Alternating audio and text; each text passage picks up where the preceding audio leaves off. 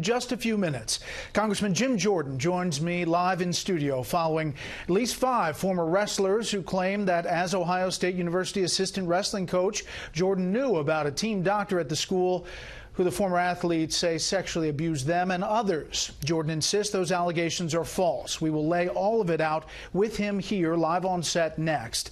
But before we talk to the congressman, Chief Congressional Correspondent Mike Emanuel looks at the controversy surrounding this case. There are now 5 former Ohio State wrestlers accusing Republican Congressman Jim Jordan of knowing about a team doctor's alleged sexual misconduct. Jordan was an assistant wrestling coach at Ohio State more than 20 years ago. Fox has reviewed some of the emails written by former wrestler Mike DeSabato to Jordan, including this one from June 15th. Reverend James, the squeaky clean U.S. congressman from Urbana, who does not recall systemic sex abuse, he wants to Speaker of the House despite his apparent lack of knowledge of systemic sex abuse. He concluded a May 6th email with hashtag rape cover-up, a way of life. DeSabato told Fox he sent the emails to Jordan to help him realize he needed a lead on what he suggests was common knowledge. It was an uncomfortable joke that Doc would and wanted to give you a genital exam every time you saw him. Jordan denies being aware of sexual abuse. He says the timing of the attacks is suspicious. It's right after the big hearing with Mr. Rosenstein. It's right when there's all this talk about speaker's race. The law firm who was doing the investigation said they tried to contact us and we didn't respond. We have no record. Emails obtained by Fox show that law firm tried contacting him at jim.jordan@mail.house.gov, which his office says is a non-existent account. The congressman received full support from President Trump on Air Force One late yesterday. Quote, Jim Jordan is one of the most outstanding people I've met since I've been in Washington. I believe him 100%. With lawmakers out of town, it's been pretty quiet, but next week, Jordan's colleagues will be fielding many questions about the congressman and this controversy. Bret? Mike Emanuel, thank you. We are now joined by Congressman Jordan, a first time dealing with all of this in detail. Good evening, Congressman. Good evening. You heard that report. Yeah. You've seen the reports in recent days. Your reaction first to all of this? It's false. I mean, I never saw, never heard of, never was told about any type of abuse. If I had been, I would have dealt with it. Our coaching staff, we would have dealt with it. These were our student athletes. A good coach puts the interest of his student athletes first. We would have dealt with it if we'd have known about anything that happened. If, in fact, there are victims, they deserve justice. There's an investigation going on. We're going to, I think, meet with them next week. We want the investigation to get to the truth. That's what we need here is the truth. All right. Take a listen to DeSabato from one of the statements he made earlier this week. I know Jim knew about what I call the deviant sexual atmosphere that we were exposed to. How do you know? Well, we all had conversations. Jim was more like a big brother than a coach. It was something that we would discuss on a regular basis, mainly with nervous banter, locker room banter. Now there are 5, at least 5. One Politico is saying there's 6. Where are these guys coming from? Conversations in a locker room are a lot different than allegations of abuse or reported abuse to us. I mean, I've been around the sport of wrestling my entire life. Kids wrestling, junior high wrestling, high school wrestling, University of Wisconsin, coached at Ohio State. I got 2 boys who wrestled for the Badgers. I got 4 nephews who wrestled at Ohio State, another nephew who wrestles for Iowa. Conversations in a locker room are a lot different than people coming up and talking about abuse. No one ever reported any abuse to me. If they had, I would have dealt with it. And what bothers me the most is the guys that are saying this thing, I know they know the truth. I know they do. Dunyashi Yet, he wrestled for. We trained with these guys every day, sometimes twice a day, and for I know what they're saying. I know they know what they're saying is not accurate. So what do you think the motivation is then? You'd have to ask them, but I will tell you with Mike DeSabato.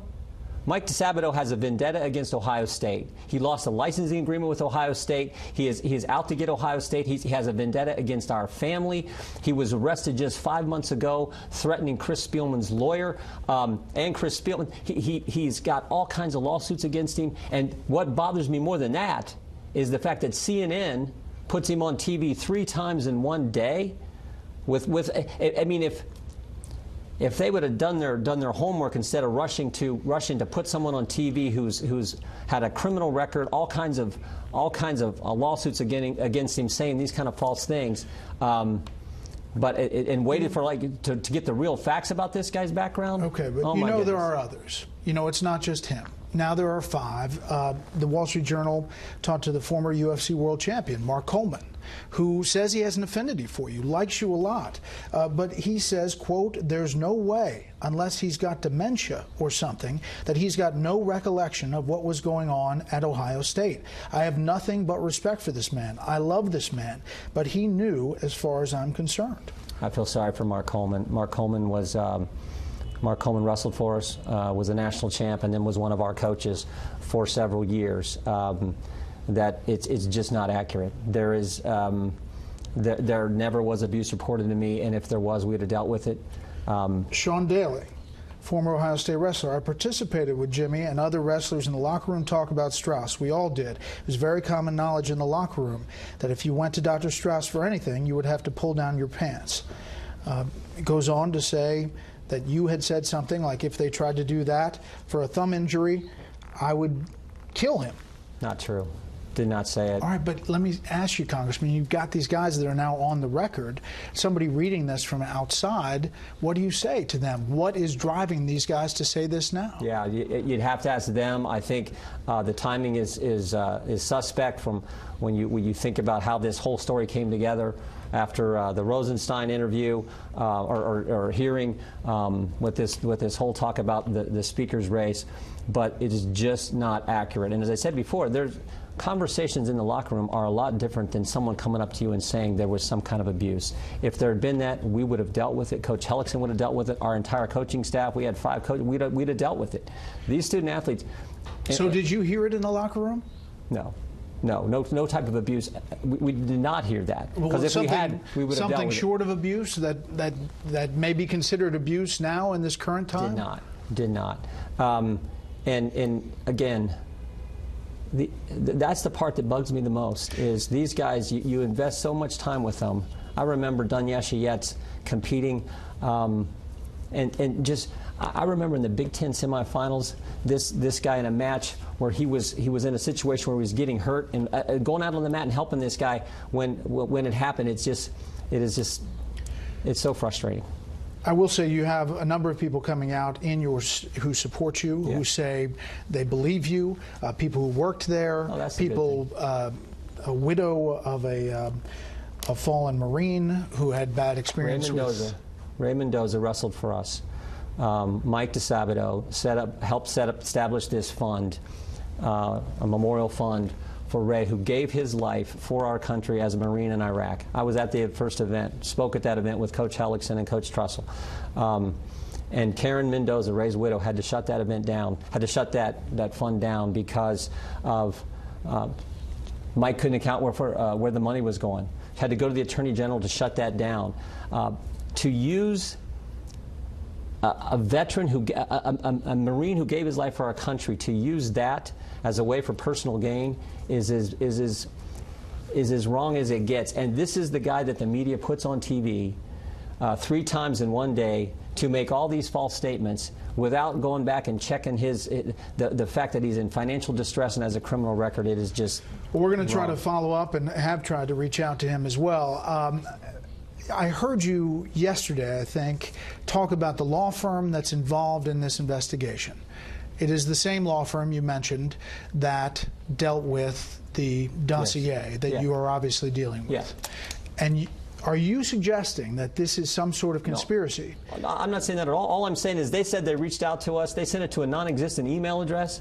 So think about this. This is Perkins and Coie. Perkins Coie, Hillary Clinton's law firm. So the same law firm that can find an ex-British spy to put together a dossier to go after President Trump can't find a congressman's email address, can't get a hold of me, and then they tell the press, we reached out to him, he didn't respond. That is just complete bogus.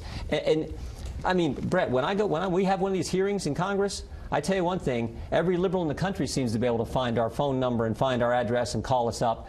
But this law firm who's supposedly doing this investigation couldn't find that. You didn't receive an email from them? We did not. You didn't receive any contact from them? They have not contacted. Now, they've been in contact with us since they said that, and we're going to sit down with them. We want to get to the truth. If there were people who were abused, they deserve justice. But what has been said about me is completely false.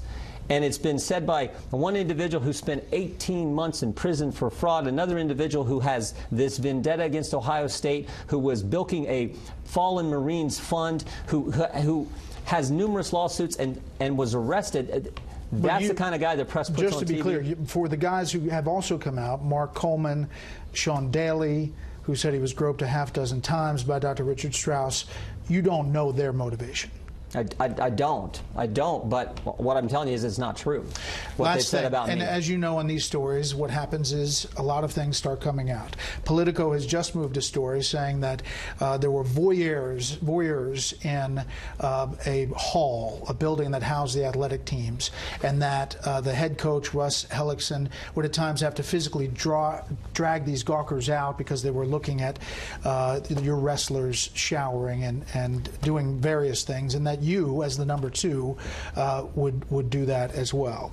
I never drug anyone out. I will tell you, though, our Larkins Hall was one of the largest intramural facilities in the country, on one of the largest campuses in the country. Our wrestling locker room was separate, but the shower facility was part of the general population for the students, the faculty, professors, and staff, and everyone could shower there. So, but again, never saw any type of abuse there, and never drug anyone out. But it was in a large intramural type facility. A lot of people will say, "Why did you spend so much time on this in this show?" And we wanted you to address these allegations head on. You are going to continue to address them, but what do you think the next step is here? We're going to get the truth out. The thing that I've been most encouraged by is the number of wrestlers and coaches who have contacted us and said, "Jim, this is bogus." We got a whole list of folks who sent in statements saying this is ridiculous. We were there. We know you.